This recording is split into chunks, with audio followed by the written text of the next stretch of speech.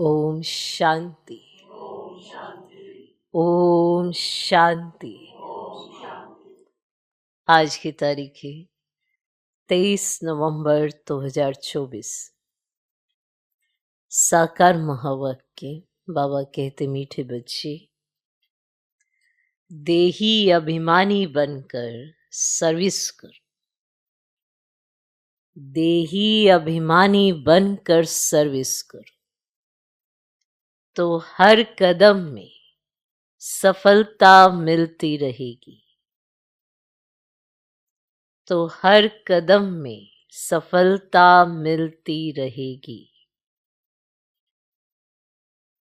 बाबा कहते, मीठे बच्चे, देही अभिमानी बनकर सर्विस कर तो हर कदम में सफलता मिलती रहेगी। 2 प्रश्न हैं। पहला प्रश्न, किस स्मृति में रहो तो देह अभिमान नहीं आएगा? किस स्मृति में रहो तो देह अभिमान नहीं आएगा?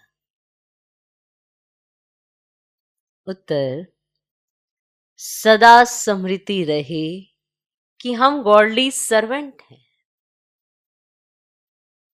ये कितना ऊंचा नशा है कि हम गॉडली सर्वेंट हैं। सदा स्मृति रहे कि हम गॉडली सर्वेंट हैं। सर्वेंट को कभी भी देह अभिमान नहीं आ सकता। सर्वेंट को कभी भी देह अभिमान नहीं आ सकता। जितना जितना योग में रहेंगे उतना देह अभिमान टूटता जाएगा। जितना जितना योग में रहेंगे उतना देह अभिमान टूटता जाएगा। बाबा कहते, मीठे बच्चे, देही अभिमानी बनकर सर्विस करो तो हर कदम में सफलता मिलती रहेगी। हर कर्म में सफलता मिले। और चाहते भी सब हैं कि हमें हर कर्म में सफलता मिले, पर वो कर्म किस भाव में किया गया, देह अभिमान या देही अभिमान? तो जिस भाव में होगा सफलता वैसी होगी। इसलिए चाहता तो हर कोई है कि मैं जो भी कर्म करूं उसमें सफलता मिले। तो कौन सी स्मृति रहे कि देह अभिमान ही ना आए? अब सर्वेंट होता है, उससे भूल होती है तो मालिक उसको कहता है ऐसे नहीं करना, ऐसे करना है। प्यार से भी कहता है, वैसे भी कहता है। तो उसको ये फीलिंग नहीं आती कि मुझे ऐसे कैसे कह दिया, मुझे तो ये कहना नहीं चाहिए था। मैं खुद से भी रियलाइज कर रहा हूं कि मैं सर्वेंट हूं, फिर भी मालिक का ऐसे कैसे हो गया। ये कैसी रियलाइजेशन है जिसमें उसको फीलिंग भी आ रही है कि मुझे ऐसे कैसे कह दिया? आएगा सर्वेंट के अंदर? आएगा? नहीं आता। तभी वो ईमानदार, वफादार, आज्ञाकारी तभी बनता है। ऐसे उसको ये टाइटल नहीं मिलते हैं। मालिक तो उसे कुछ भी कहेगा ना, तुम्हें ऐसा नहीं करना, ऐसा करना है जी, फिर वो उसे अडॉप्ट करता है। नेक्स्ट टाइम वो भूल नहीं करता है। तो मालिक को लगता, अच्छा मैंने जो इसे समझाया इसे समझ आ गया। अगर सर्वेंट ये समझ कर समझे, मेरे को समझ आ रहा है मेरी गलती है, फिर भी मालिक इतना क्यों बोल रहा है, तो क्या उसे समझ आ गया? आगे नहीं है। ना वो आज्ञाकारी कहलाया जाएगा, ना वो वफादार, ना वो ईमानदार। क्यों? क्योंकि वो पलटवार जरूर करेगा। उसे समझ नहीं आया। और जिसे समझ आ जाता है ना, वो शांत हो जाता है। वैसा शांत नहीं विकराल रूप वाला, अंदर से बम निकालने हैं। शांत कि मेरी भूल है, इसीलिए मालिक ने मुझको कहा। उसको देह अभिमान नहीं आता। ये देह अभिमान, ये देह भान, मुझे ऐसा क्यों कहा, मेरी गलती थी, मैंने मान ली, ठीक है, पर इतना क्यों कहा? तो ये तो बहुत बड़ा देह अभिमान है। तो हमें समझना है कि ये देह अभिमान हमारे को कितना नुकसान पहुंचाता है। हम ये मान रहे हैं कि भूल है, पर ये नहीं मान रहे हैं कि भूल है तो अगर सुनने को मिला भी तो भी क्या अच्छा हुआ ना। इसी तरह से बाबा हमें रिफाइन करता है, रोज समझाते हैं, फिर भी देह अभिमान आ जाता है। किस बात का देह अभिमान? हमारी भूल है, पाप आत्मा बने हैं, पाप मिटाने हैं, युक्ति बाबा ने बताई है, फिर भी बीच बीच में पाप कर्म कर जाते हैं। फिर बाबा समझाते हैं, फिर क्या आ जाता है? सोचो, भगवान के आगे ही देह अभिमान आ जाता है, इंसान तो क्या चीज है। तो फिर सुधरेंगे कैसे? सुधार कहाँ से आएगा? सुधार आता ही तब है जब दिल की रियलाइजेशन होती है और समझ में आता है कि मैं कौन हूं। ये बहुत बड़ा टाइटल है गॉडली सर्वेंट का। सर्वेंट को कभी देह अभिमान नहीं आता, वो सुनता है, स्वीकारता है और बदलता है। इसलिए उसका देह अभिमान नहीं जागृत होता, क्योंकि उसे मालूम है वो मालिक है, मैं सर्वेंट हूं।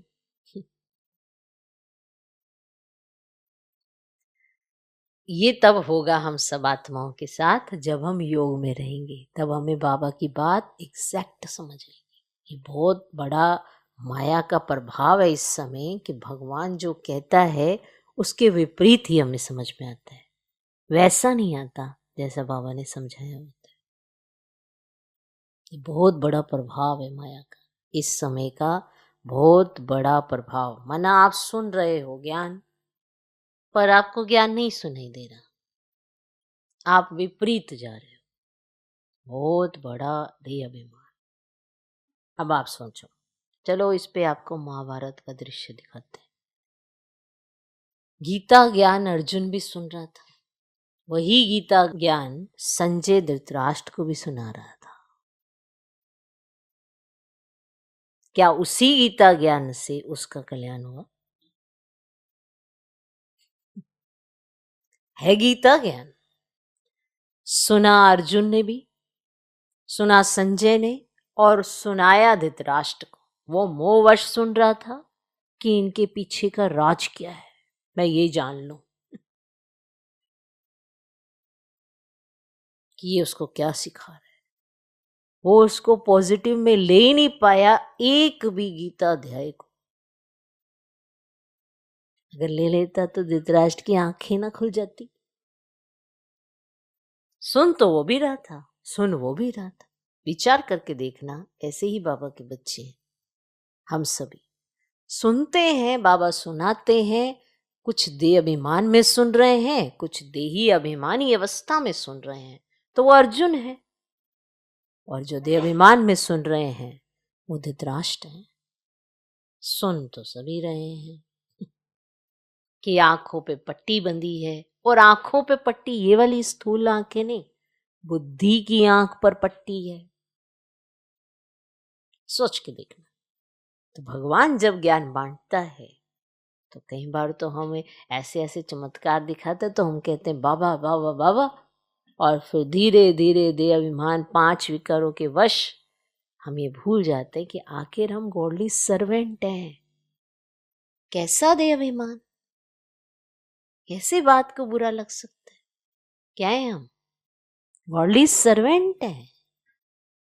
ओके, अब ये देह अभिमान टूटेगा उनका तो जितना जितना योग में रहेंगे। दूसरा प्रश्न,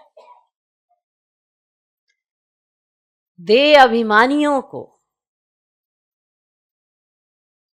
ड्रामानुसार कौन सा दंड मिल जाता है?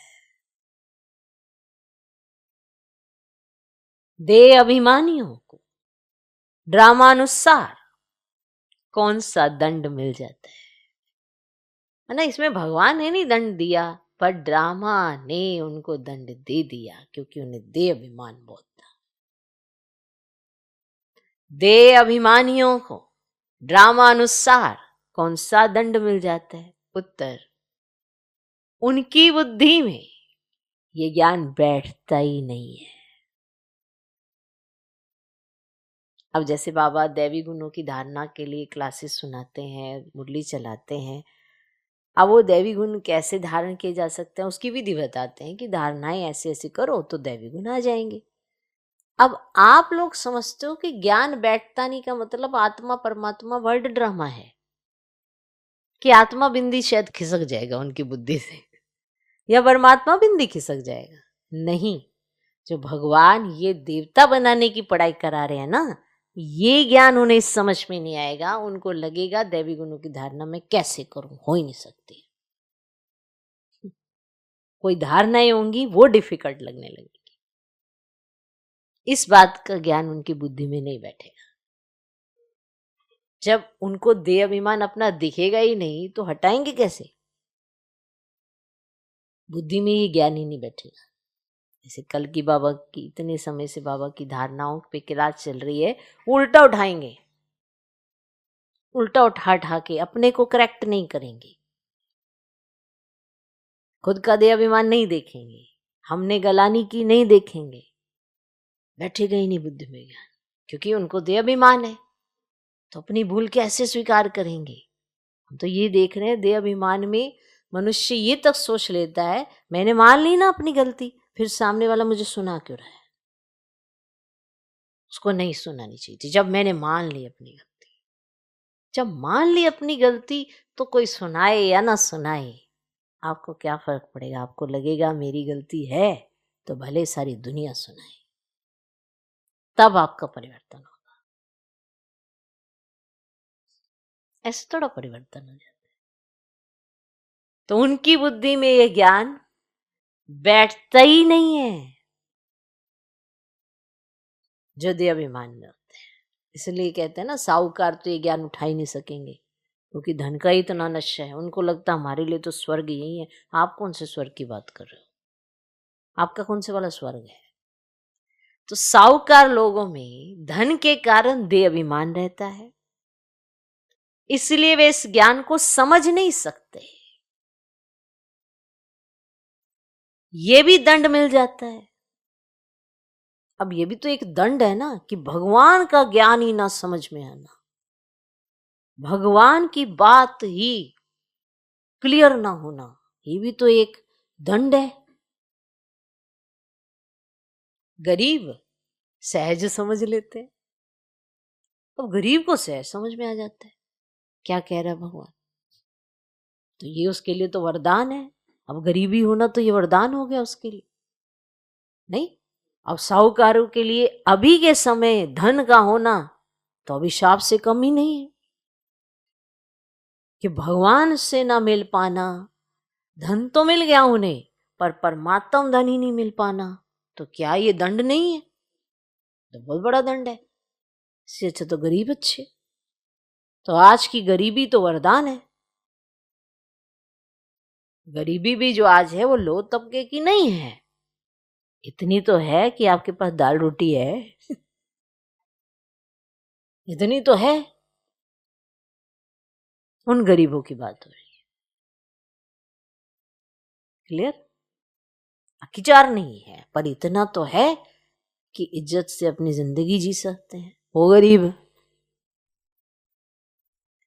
ठीक है, कहीं गरीब समझते हैं वो जो माना भीख मांगते हैं उनको गरीब समझते हैं। वो तो उनके कर्म है भाई। अब क्या कर्मों का उनका नतीजा है ये तो आप और हम कैसे समझेंगे? वो तो भगवान ने देखना, हो तो उनका डिपार्टमेंट है, हम क्यों घुसे उनके डिपार्टमेंट में? आप तो ये देखो कि परमात्मा जो कहे वो मैं स्वीकारूं, वैसा मैं बनूं और बन जाऊं, बस बात खत्म।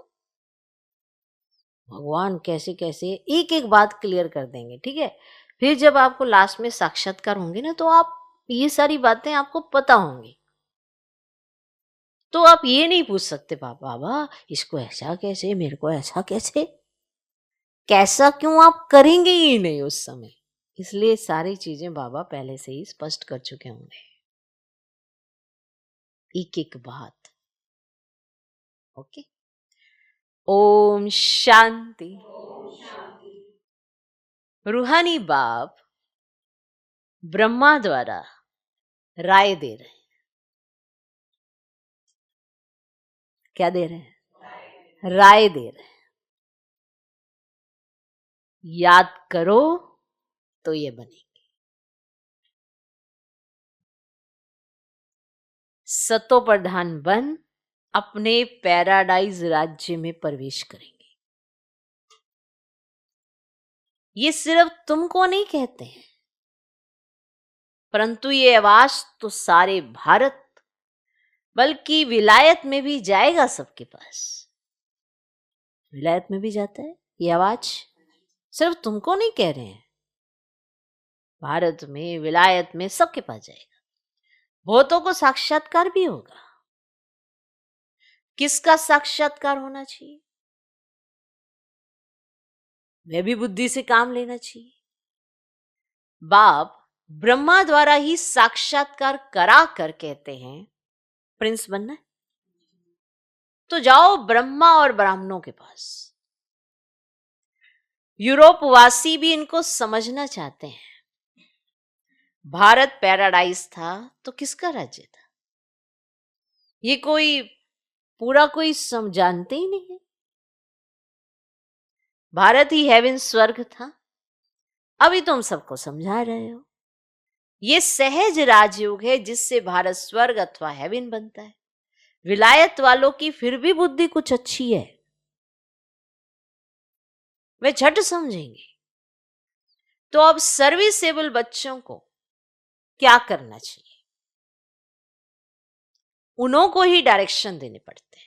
तो जो सर्विसेबल होते हैं बाबा उनको डायरेक्शंस देते हैं ना मुरली के माध्यम से, ऐसे करो ऐसे करो ऐसे करो।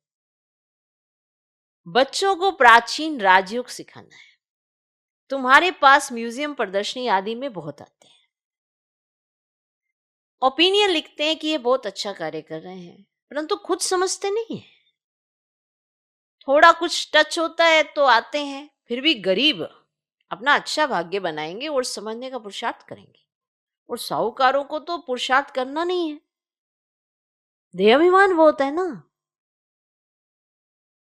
तो ड्रामा अनुसार जैसे बाबा ने दंड दे दिया है ना, धन इतना है उनके पास, साहूकारी इतनी है, तो ये एक तरह से ड्रामा अनुसार ही हो गया ना कि उनको दंड ही मिल गया, धन का दंड। आप विचार जरूर करना। फिर भी उन द्वारा आवाज करना होता है साहूकार, फिर भी अगर आते हैं संपर्क में भी आते हैं ना तो उनके द्वारा आवाज कराना होता है। विलायत वाले तो ये नॉलेज चाहते हैं, सुनकर बहुत खुश हो जाएं। गवर्नमेंट के ऑफिसर्स पिछाड़ी कितनी मेहनत करते हैं, परंतु उन्हें फुर्सत ही नहीं है। उन्हों को भल घर बैठे साक्षात्कार भी हो जाए तो भी बुद्धि में नहीं आएगा। तो बच्चों को बाबा राय देते हैं। क्या देते हैं? राय देते हैं। ओपिनियन अच्छी अच्छी इकट्ठी करके उनका एक अच्छा किताब बनावे, राय दे सकते हैं। देखो कितना सबको ये अच्छा लगता है। विलायत वाले व भारतवासी भी सहज राजयोग जानना चाहते हैं। स्वर्ग के देवी देवताओं की राजाई जो सहज राजयोग से भारत को प्राप्त होती है, तो क्यों ना ये म्यूजियम गवर्नमेंट हाउस में अंदर लगा दें, जहां कॉन्फ्रेंस आदि होती रहती है। ये ख्यालात बच्चों के चलने ही चाहिए। अभी टाइम लगेगा, इतनी जल्दी नर्म बुद्धि नहीं होगी। नर्म बुद्धि समझ तो जैसा भी टच करो वैसे मोल्ड हो जाए, जैसा कहो वैसा बन जाए। नर्म बुद्धि तो गोदरेज का ताला बुद्धि का लगा हुआ है, खुलता ही नहीं। अभी आवाज निकले तो रिवॉल्यूशन हो जाए। हाँ होना जरूर है। बोलो गवर्नमेंट हाउस में भी म्यूजियम हो तो बहुत फॉरेनर्स भी आकर देखें। विजय तो बच्चों की जरूर होनी ही है, तो ख्यालात चलने चाहिए। देही अभिमानी कोई ऐसे ऐसे ख्याल आएंगे कि क्या करना चाहिए, जो विचारों को मालूम पड़े और बाप से वर्षा लेवे, हम लिखते भी हैं बिगर कोई खर्चा, तो जो अच्छे अच्छे जो बच्चे आते हैं ना, राय देते हैं। डिप्टी प्राइम मिनिस्टर ओपनिंग करने आते हैं, फिर प्राइम मिनिस्टर, प्रेसिडेंट भी आएंगे, क्योंकि उनको भी तो जाकर बताएंगे ना, ये तो वंडरफुल नॉलेज है, सच्ची शांति तो ऐसी स्थापन होनी है। जचता है, बात तो जचती है, समझानी भी जचने की है ना। प्राइम मिनिस्टर आएंगे, प्रेसिडेंट आएंगे, तो अब आपको दिख ही रहा है, जचती है ना ये समझाने। अच्छा चलो, आज नहीं जचेगी तो कल जचेगी। बाबा कहते रहते हैं बड़े बड़े आदमियों के पास जाओ, आगे चल वो भी समझेंगे। मनुष्यों की बुद्धि तमो प्रधान है, इसीलिए उल्टे काम करते रहते हैं, दिन प्रतिदिन और ही तमो प्रधान बनते जाते हैं। तुम समझाने की कोशिश करते हो कि ये विकारी धंधा बंद करो, अपनी उन्नति करो, तो बाप आया ना पवित्र देवता बनाने। आखिर वे दिन भी आएगा जो गवर्नमेंट हाउस में म्यूजियम होगा। बोलो, खर्चा तो हम अपना करते हैं, गवर्नमेंट तो कभी पैसा नहीं देगी। तुम बच्चे कहेंगे हम अपने खर्चे से हर एक गवर्नमेंट हाउस में ये म्यूजियम लगा सकते हैं। एक बड़े गवर्नमेंट हाउस में हो जाए ना, तो फिर सब में हो जाए। समझाने वाला भी जरूर चाहिए। उनको कहेंगे टाइम मुकर्रर करो, जो कोई आकर रास्ता बतावे, बिगर कोड़ी खर्चा जीवन बनाने का रास्ता बताएंगे। ये आगे होने का है, परंतु बाप बच्चों द्वारा ही बताते हैं। अच्छे अच्छे बच्चे जो अपने को महावीर समझते हैं, उनको ही माया पकड़ती है। क्यों? क्योंकि जैसे ही वो समझते हैं आज मेरा योग बड़ा अच्छा, कहते उसी दिन गड़बड़ हो जाती है। तो अच्छा लगना ही नहीं चाहिए योग, कहते हैं ये भी सोच चलती है। योग अच्छा ही ना लगे, गड़बड़ ही ना हो। ओ भाई, अच्छा लगता है तो साथ साथ देहाभिमान भी आता है ना, इसीलिए गड़बड़ होती है। जब कुछ ऊपर नीचे चल रहा होता है तो देहाभिमान नीचे बैठा हुआ होता है, तो हम उस तरह से सहजता से लेते हैं कोई भी बात होती है। और जैसी कोई चीज अच्छी करने लगते हैं, एकदम देहाभिमान, जरा से ही ज्यादा कोई पूछने लग जाएगा, दीदी ये यहाँ कहाँ है, भाई जी ये यहाँ कहाँ है, भाई ये कहाँ रखा है, वो कहाँ रखा है, यानी मेरा योग अच्छा है, देहाभिमान अच्छा है, देहाभिमान बहुत अच्छा है। चलते फिरते भी ऐसे लगता है देहाभिमान का पुतला जा रहा हो। कहीं बाबा की महसूसता नहीं होती है किसी के चलने से। चलने से भी होनी चाहिए ना कि अरे बाबा, ऐसी कोई आवाज में नहीं आना चाहिए, लेकिन उनकी हाव भाव चाल में ही बाबा समाया होता, तो फिर भूले कम होती है। अभी तुरंत तुरंत होती है। कहते आज मेरा योग इतना अच्छा, 2-4 दिन से हमारा योग अच्छा लग रहा था, अचानक से ये गलती हो गई। क्योंकि जैसे ही योग अच्छा लगने लगा, देहाभिमान भी अच्छा आने लगा। तो आपको लगा, जैसे ही किसी को समझाया जाता है कि ये तुमने गलती करी, वो एक्सक्यूजेस ढूंढ लेता है, ये ऐसा है, इसका कारण ये है, ये इसका कारण ये है, इसका कारण मैं ये कर रहा था, मैं थक गया था, मैं ये हो गया था, इसलिए ऐसे बोल दिया, बाकी मैं बहुत अच्छा रहता हूँ सबसे। हम अपने आप की चेकिंग ही नहीं करते, तो कहाँ से सुधरेंगे? हम योग कर रहे हैं तो हमारे को छोटी छोटी कमियां भी नजर आने लगती हैं अपनी, पर हम देखते नहीं, हम देहाभिमान वश अपने को बड़ा मानने लगते हैं, तो इसीलिए हमारा योग फिर खत्म होता चला जाता है, फिर सालों साल हम ऐसे ही चलते रहते हैं। तो जब अच्छा होने लगता है ना, तो देहाभिमान के भी कई कारण आ जाते हैं।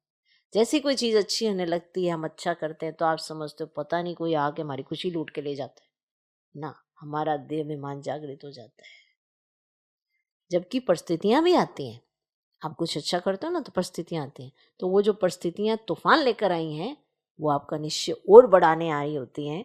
ये आप अगर करोगे तो पाओगे ना। अगर आपको हर घड़ी ये लगता है कि मैं ही कर रहा हूं, तो फिर आपको तो फिर देहाभिमान आ ही जाना है। नहीं तो कोई भी बात आएगी ना, तो आपको लगेगा अच्छा, अब मतलब चेकिंग की बारी आ गई है मेरी, अब मुझे मेरी स्थिति चेक करनी है, ऐसा चिंतन आएगा। ये थोड़ा कि कोई पेपर आए और रोना धोना शुरू कर दोगे। पेपर आया है, तुम्हारी चेकिंग होगी कि तुमको याद कितना रहता है। स्कूल में हो, कॉलेज में हो, हर जगह कोई टेस्ट देते हैं, पेपर देते हैं, उसके कारण क्या है कि हमारे को चेक किया जाता है, अपने आप को चेक करते हैं कि हमारे को याद कितना रहता है, कि या फाइनल पेपर आए तो मैं कहाँ तक पहुंचूंगा। इसी के बेस पर ही तो बड़ी बड़ी क्लासेस में सब जाते हैं, ये वो अपनी चेकिंग करते हैं। अब हम क्या कर रहे हैं, जरा सहयोग बढ़ा नहीं, साथ साथ अभिमान भी बढ़ा लेते हैं। भाई मुझे तो रियलाइज हो रहा है, मुझे ये क्यों सुना रही है, मुझे ये क्यों सुना रहा है। ये कैसी रियलाइजेशन है कि तुम्हें फीलिंग भी आ रही है कि नहीं, गड़बड़ है कि नहीं। ऐसा होता है। अच्छे अच्छे बच्चे, अच्छे अच्छे बच्चे, क्या होता है उनके साथ, उनको ही माया पकड़ती है। बड़ी ऊंची मंजिल है, बड़ी खबरदारी रखनी है, माना चेकिंग करते रहना है ना कि मेरे जो बोल हैं इसमें बाबा है, सारा कुछ मैं ही देखूं, मैं ही करूं, मैं इतनी सर्विस करता हूं, मैं ये सब करता हूं, इसमें कहीं बाबा है। थोड़ा रुको, थोड़ा संभलो, देख जरूर लो। इसीलिए कहा जाता है चार्ट रख लो, कि पता पड़ेगा कि आज सारे दिन में मैं कितनी बार दे अभिमान वश होकर मैंने साधारण बोलों में ऐसा बोल दिया। बड़ी खबरदारी रखनी है। बॉक्सिंग कम नहीं है, बड़े से बड़ी बॉक्सिंग है।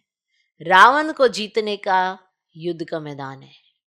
थोड़ा भी दे का अभिमान ना आए, मैं ऐसी सर्विस करता हूँ, ये करता हूँ, वो करता हूँ, मैंने तो ये किया, मैंने तो ये लाया, मैं तो ये करता हूँ, जरा भी दे का अभिमान ना आए। हम तो गॉडली सर्वेंट हैं। सर्वेंट को तो कभी भी कहा जाए ये कार्य करना तो उसको ख्याल ही नहीं आना चाहिए ये कोई टाइम है, ये कोई टाइम है ये कार्य कराने के लिए कह रहे हो, तो माना तो तुम्हें दे अभिमान रहता है। ये तो होना चाहिए हम गॉडली सर्वेंट है। हमको पैगाम देना ही है, इसमें गुप्त मेहनत बहुत है। तुम ज्ञान और योग बल से अपने को समझते हो, इसमें गुप्त रह विचार सागर मंथन करे तब नशा चढ़े। ऐसे प्यार से समझाएंगे, बेअद के बाप का वर्षा हर कल्प भारतवासियों को मिलता है। 5000 वर्ष पहले इन लक्ष्मी नारायण का राज्य था। अभी तो कहा जाता है वैशाल्य, और सत्युग है शिवालय। वह है शिव बाबा की स्थापना, यह है रावण की स्थापना। रात दिन का फर्क है। बच्चे फील करते हैं बरोबर हम क्या बन गए थे, बाबा आप समान बनाते हैं। मूल बात है देही अभिमानी बनना, मूल बात है।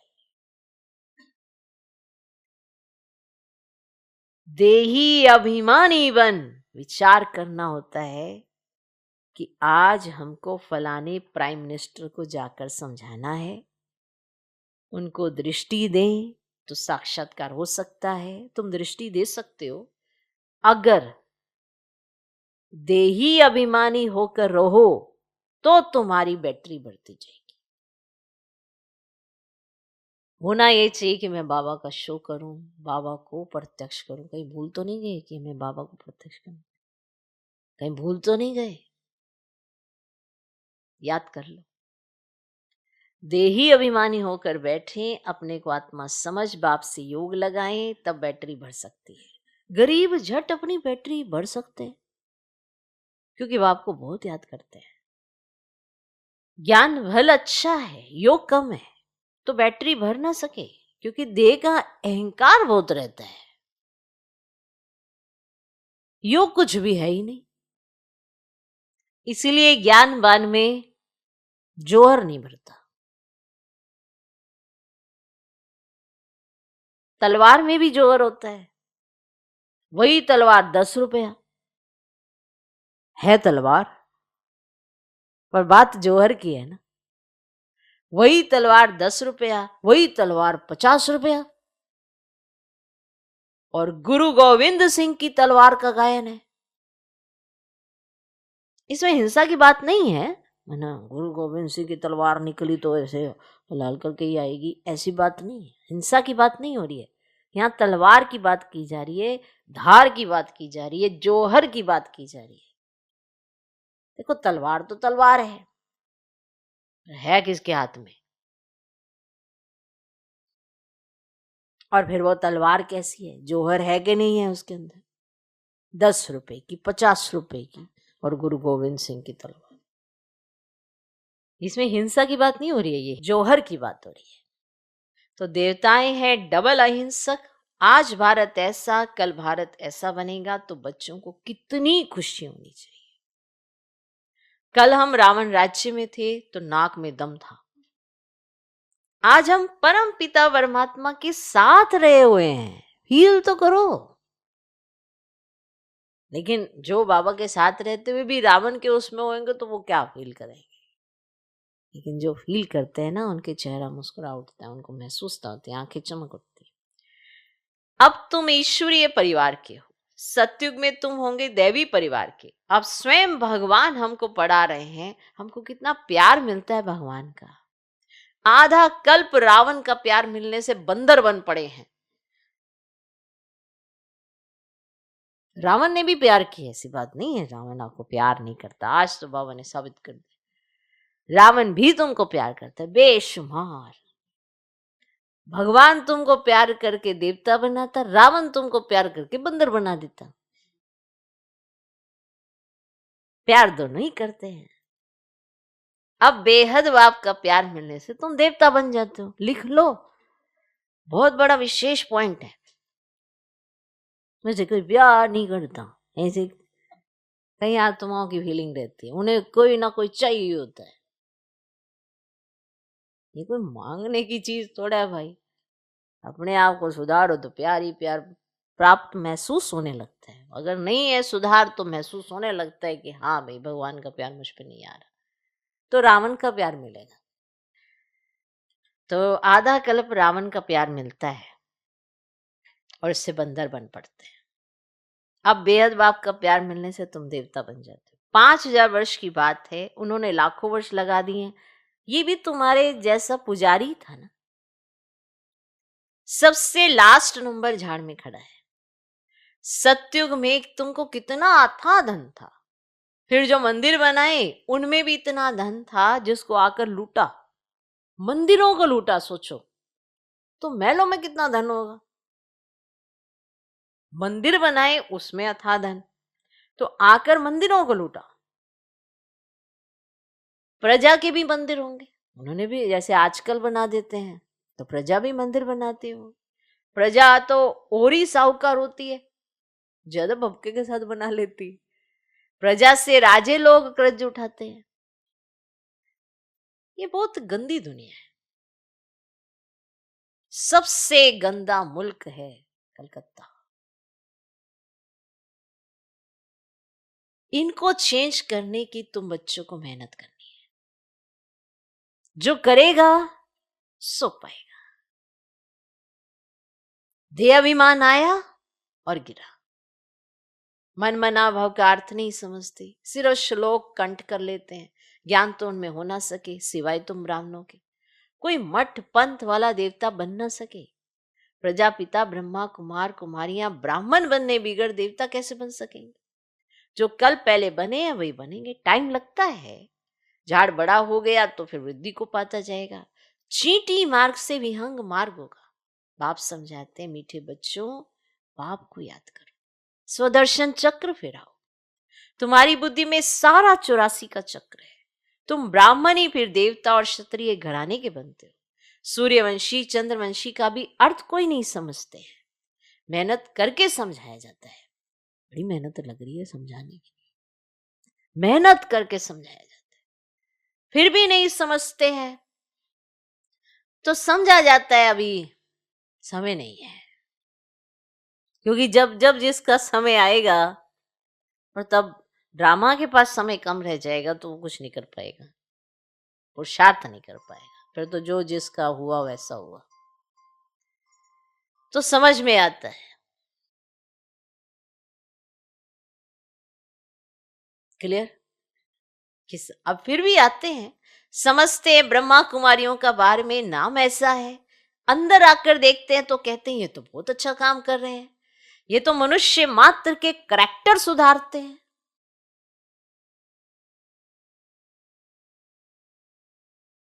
देवताओं का करैक्टर देखो कैसा है, संपूर्ण निर्विकारी। बाप कहते काम महाशत्रु है, इन 5 भूतों के कारण ही तुम्हारा करैक्टर बिगड़ा हुआ है। जिस समय समझाते हैं उस समय अच्छा बनते हैं, बाहर जाने से सब कुछ भूल जाते हैं। तब कहते हैं 100 करे श्रृंगार, है ना। भगवान ने कितना तुम्हारा बारंबार तुमको समझाने की कोशिश की, कितना तुम्हारा श्रृंगार किया, फिर भी आगे जो भी लाइन है वो बनाई हुई है। ये बाबा गाली नहीं देते। जो ये लाइन है ना 100 करे श्रृंगार, फिर इसके साथ एक और लाइन है, 2-3 है, तो बाबा कहते हैं ये बाबा गाली नहीं देते हैं, समझाते हैं।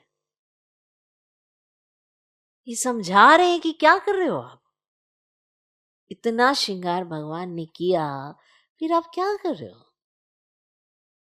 मानो समझ ही नहीं पा रहे हो कि भगवान क्या समझाना चाहते। ये बाबा कोई गाली नहीं देते हैं, समझाते हैं। दैवी चलन रखो, क्रोध में आकर भौंकते क्यों। स्वर्ग में क्रोध होता नहीं। बाप कुछ भी सामने समझाते थे, कभी भी गुस्सा नहीं आता था। बाबा सामने से जब समझाते थे ना, कभी भी किसी को गुस्सा नहीं आता। अब इतना क्रोध बढ़ गया ना इंसान के अंदर, खुद की भूल भी होगी तब भी स्वीकार नहीं करते, गुस्सा आने लगता है और देवाभिमान वश फिर उल्टा उल्टा बोलने लगते हैं। मुझ तो ये कह दिया, मुझ तो ये कह दिया, मुझ तो वो कह दिया। बाबा सब रिफाइन करके समझाते हैं, ये कुछ और नहीं बाबा कर रहे हैं। ये इतने दिनों से बाबा हमें समझा रहे हैं, और क्या कर रहे हैं, और रिफाइन करके समझा रहे हैं कि बैठ जाए कि ऐसी भूलें ना करो जिससे तुम्हारा सारा सत्यानाश हो जाए। ड्रामा कायदे अनुसार चलता रहता है, ड्रामा में कोई भूल नहीं है, अनादि अविनाशी बना हुआ है। जो एक्ट अच्छी चलती है फिर 5000 वर्ष के बाद होगी। कई कहते हैं ये पहाड़ी टूटी फिर कैसे बनेगी।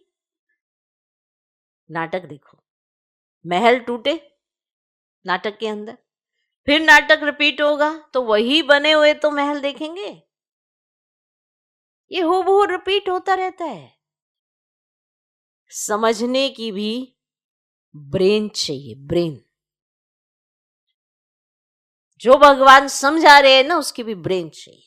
वर्ल्ड की हिस्ट्री ज्योग्राफी है ना, राम राज्य में इन देवी देवताओं का राज्य था, उन्हों की पूजा होती थी। बाप ने समझाया तुम ही पूज्य और तुम ही पुजारी बनते हो। हमसो का अर्थ भी बच्चों को समझाया है। हमसो देवता, हमसो क्षत्रिय बाजोली है ना, इनको अच्छी रीति समझना है और समझाने की कोशिश करनी है। बाबा ऐसे नहीं कहते धंधा छोड़ो, नहीं, सिर्फ सत्व प्रधान बनना है। हिस्ट्री ज्योग्राफी का राज समझकर समझाओ। मूल बात है मन मना भव, अपने को आत्मा समझ बाप को याद करो तो सत्व प्रधान बनेगी। याद की यात्रा है नंबर 1। बाप कहते मैं सब बच्चों को साथ ले जाऊंगा। कौन सबको वापस ले जाएगा। इतने सारे जंगल की सफाई किसने की।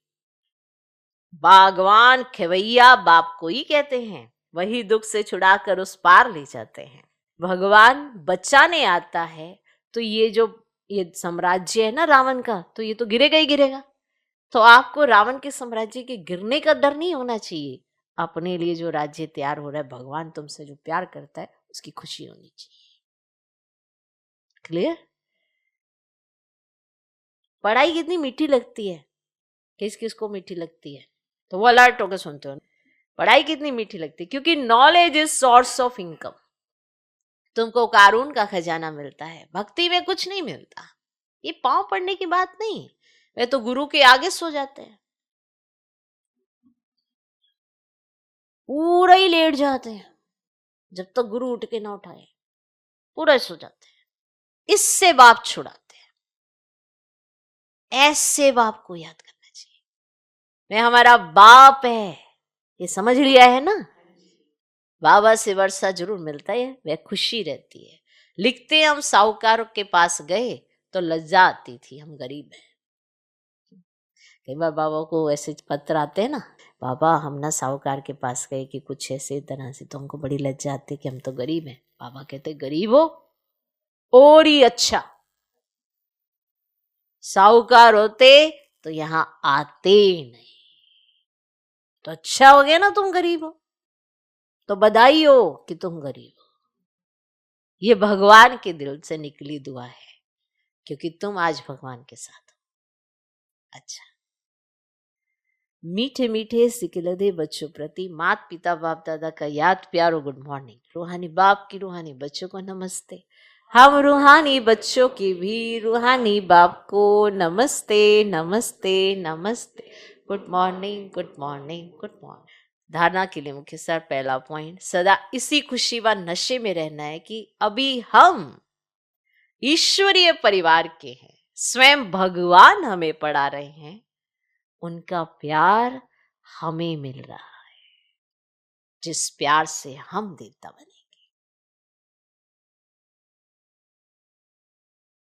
दूसरा पॉइंट, इस बने बनाए ड्रामा को एक्यूरेट समझना है, इसमें कोई भूल हो ही नहीं सकती। जो एक्ट हुई फिर रिपीट होगी। इस बात को अच्छे दिमाग से समझकर चलो तो कभी गुस्सा नहीं आएगा।